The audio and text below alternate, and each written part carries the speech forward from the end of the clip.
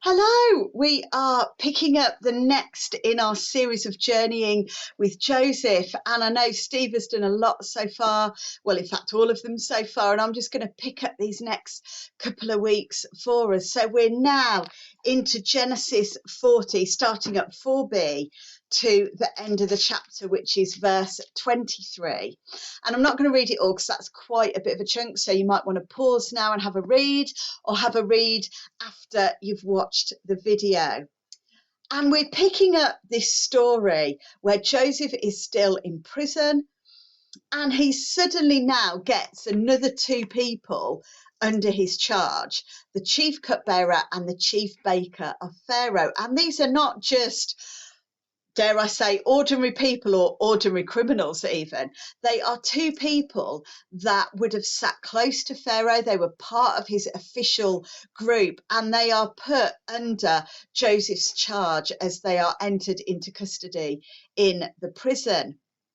And we can see from verse 4b, it says this: after they had been in custody for some time. So these two individuals have been in custody for some time when we pick up the story again. And Steve commented on this last week in the notes, this idea that again, it's more waiting. Again, it's more going, God, where are you probably in this? As much as the scriptures don't really show us or tell us what Joseph's internally thinking or believing, actually there's a pause here, isn't there? More time, dare I say it, as we've already seen, has gone on. We don't really know how long these two individuals have been in custody and been under Joseph's charge and responsibility in the prison. Just some time has gone on, where Joseph still hasn't seen a breakthrough, where Joseph still hasn't seen a miraculous thing happen, where Joseph is still waiting on God to break him out of prison in some way. And so this story is picked up that after they've been in custody for some time, they have this evening where both the cupbearer and the baker both have similar dreams on the same night. And it obviously has distressed them, because Joseph goes to speak to them to ask them what is wrong that next day. And Joseph gives this incredible declaration in verse 8, where he says to them, do not interpretations belong to God? Tell me your dreams. And I love that, because that feels like it gives us a real window into where Joseph sat. He is still waiting. He is still trusting. He still sees and declares the authority of God in this situation that he's in. Now, this would have probably challenged the cupbearer and the baker to really think on who is this God Joseph's talking about. To them, Pharaoh, their boss, their king, their ruler, would have been a bit godlike to them and would have been worshipped in that way. But yet Joseph is saying here, my God has the authority to give interpretations on dreams, and he can use me. So tell me what your dreams are, and I will speak to you, and I will tell you and give you his interpretation. So Joseph encourages them to speak, and we see these two dreams, and the cupbearer goes first. And he tells him that he's seen this image of a vine in front of him, a vine with three branches. And those branches go into bud, blossom, and then grapes finally start to grow and ripen on these three branches. And so the cupbearer in his dream went up, squeezed the grapes into a cup, and he places that cup into the hands of Pharaoh.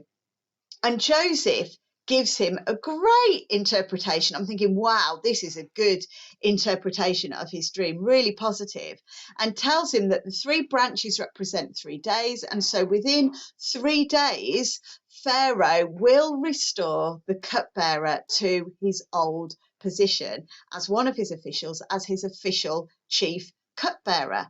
Brilliant. And Joseph then, after he's interpreted it, says, I've got a request though. I've given you this interpretation, but I ask, please remember me. Remember me when you are restored to that position, so that I can be set free. And that Joseph's kind of declaring, I do not deserve to be in the position I'm in. So please remember me to Pharaoh. And it's interesting because there's no response from the cupbearer here. Now, if that had been me and I'd had a dream that had really distressed me, that I didn't know what it meant, what it was about, and I have that interpretation, I'd be like, oh, Joseph, thank you. That is brilliant. Thank you for that encouragement. Thank you. That's great. I just really hope now that comes true. Of course, if this comes true and I get out of prison, of course I'm going to remember you. Of course I'm going to tell Pharaoh, well, actually, you won't believe what happened to me in prison, but this guy Joseph came and interpreted the dream. Don't you want to meet him? But no, we don't get anything. We don't hear any response from the cupbearer. So almost Joseph's made that request, but there's no promise of what the cupbearer is going to do. If that had been me, as I say, I think I'd have probably agreed on the spot and said, of course, Joseph, yeah, you're sorted, do not worry. So off the back of that positive interpretation, the baker tells Joseph what his dream was. And it was about 3 baskets of bread that he got on his head that he was carrying, but the top basket wasn't covered. And so the birds were coming and eating all the baked goods that were in that top basket that were all meant to be for Pharaoh. Unfortunately, the interpretation Joseph has for the baker is not as favourable. And basically, cutting a long story short of how Joseph interprets it, and have a read to get the full explanation, he's basically saying what that means is Pharaoh's going to cut your head off. He's going to cut that top basket, as it were, off and put you to death. Wow. Not what you want to hear. Certainly not as positive as your friend the cupbearer's dream interpretation. But again, as with the cupbearer, no response from the baker. Joseph doesn't ask that same request of him, obviously, to remember him as he did with the cupbearer, but no response. And the story then jumps straight away to 3 days later. And we see that actually 3 days later is a celebration for Pharaoh's birthday. And as part of that celebration, we see both the cupbearer and the baker's dream interpretations come true exactly as Joseph has said. And it takes me back to that verse, that declaration, do not interpretations belong to God? Tell me your dreams. Joseph, by declaring that, is saying, I'm trusting what God's going to tell me is going to happen. I'm trusting my God is still going to be faithful to me, is still going to show up, is still going to use me. And Joseph is saying, I believe in him. I trust in his authority. I trust his will, his plans, his purposes. And we see the faithfulness of God in that the interpretation he gives Joseph is exactly what happens. And Joseph has shown these 2 men whose authority he is trusting and believing in, and he's hopeful that through that the cupbearer will remember him. It feels like that light for Joseph is suddenly growing, that has happened in prison. He's interpreted and it's happened, and that light is getting bigger. There's a light at the end of the tunnel. There's some hope here, some new hope. And then we get to verse 23. The chief cupbearer, however, did not remember Joseph. He forgot him. And so Joseph is forgotten again. He stays in prison with the same responsibilities he had before. So what can we learn from this? What is God perhaps wanting to say through these verses for us today in the here and now? We can see Joseph still hadn't lost his faith in God. He was still trusting him. And there probably is that element in Joseph right now that he is really questioning God. He's really wondering what is happening, what is going on here, what is God going to do? But he still sees that God is in authority, God is in control. My hope is that Joseph could see there was still a plan and a purpose for him, even in the darkest of circumstances. God was still using him. God was still speaking through Joseph by interpreting those dreams. There was a role God had for him in his darkest place, in his prison cell, in that place of custody. There was still a role God had for him. There was still a plan and a purpose for his life in that darkest place. God wanted him to be involved and instrumental in those two people's journeys, as well as in Joseph's own. And I think God wants to say here to us, maybe, when whatever our circumstances, whether we feel like we're almost in that dark prison cell or whether we're in the best of times or somewhere in between, do we see that God has a plan, that there is a role for us to play?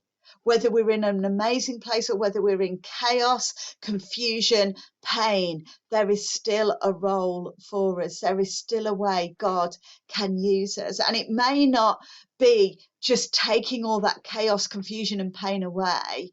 It may be using us in the midst of that for something that, as we've seen here with Joseph, is totally at this point unconnected. Are we still waiting on God to use us for that, to put us into that role he has for us? And the second part of this is not only that God had a role for Joseph still in this dark place, but Joseph was willing to be used by God whilst he was in that dark, confusing, chaotic, where are you, God place. He was willing for God to use him. Joseph may have had no clue at the point of interpreting their dreams what it would lead to. Yes, he'd got some hope there and he'd asked the cupbearer, please remember me. And it gave him that glimmer of hope. But he didn't know what the end result was going to be after he'd interpreted these dreams and what God was going to do. And almost to the point of knowing, are these interpretations going to happen? He just trusted God. He was willing for God to use him. And even after seeing that hope wasn't realised, Joseph would have had a closed door, wouldn't he? He'd have realised not long after that he'd been forgotten. And we're going to pick that up more in next week's notes.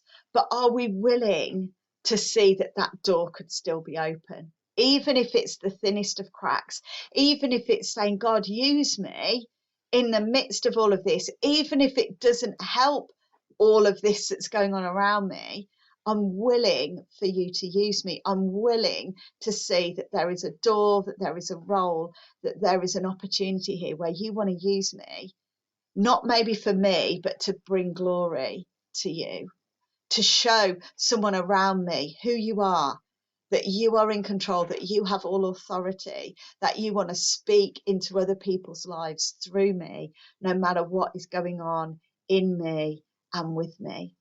I want to encourage you today, whether you're in that amazing place or whether you're a bit like Joseph and feeling you're in this dark cell and you don't know where God is right now and you're struggling. Be open that God still has a role and a purpose and a plan for you. And in the midst of your situation, be willing to open that door, to push that door, to let God use you. Even if it doesn't change your circumstances, it's a role God has for you that will bring him glory, that will hopefully bring someone else closer to him than they were before. So be encouraged today. God wants to use you. God has a role. God has a plan. God has a purpose. Be blessed by that today. And I look forward to joining you next week as we carry on journeying with Joseph. God bless.